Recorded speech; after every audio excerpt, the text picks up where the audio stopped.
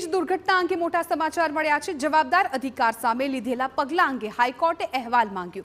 SIT રિપોર્ટના ખુલાસા બાદ સરકારે જવાબદાર અધિકારી સામે શું પગલાં લીધા તેવો સવાલ કર્યો। રાજ્ય સરકાર વતી એડવોકેટ જનરલ કમલ ત્રિવેદીએ હાઈકોર્ટમાં ખાતરી આપી। આગામી દિવસોમાં આ અંગેનો વિસ્તૃત અહેવાલ અપાશે તેવું કમલ ત્રિવેદીનું કહેવું છે। 15 જુલાઈ સુધીમાં એક્શન ટેકન રિપોર્ટ રજૂ કરવા હાઈકોર્ટનો નિર્દેશ।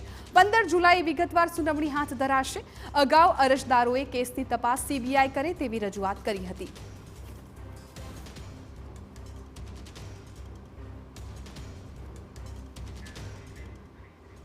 તો 15 જુલાઈ સુધીમાં એક્શન ટેકન રિપોર્ટ છે રજૂ કરવાનો રહેશે। હાઈકોર્ટે કેટલાક સવાલો પણ કર્યા છે, પરંતુ 15 જુલાઈ વિગતવાર સુનાવણી છે હાઈકોર્ટમાં હાથ ધરવામાં આવશે। મહત્વપૂર્ણ છે કે જે પણ જવાબદાર અધિકારીઓ છે તેમની વિરુદ્ધ કઈ પ્રકારના પગલાં લેવાયા તેવો સવાલ હાઈકોર્ટે કર્યો।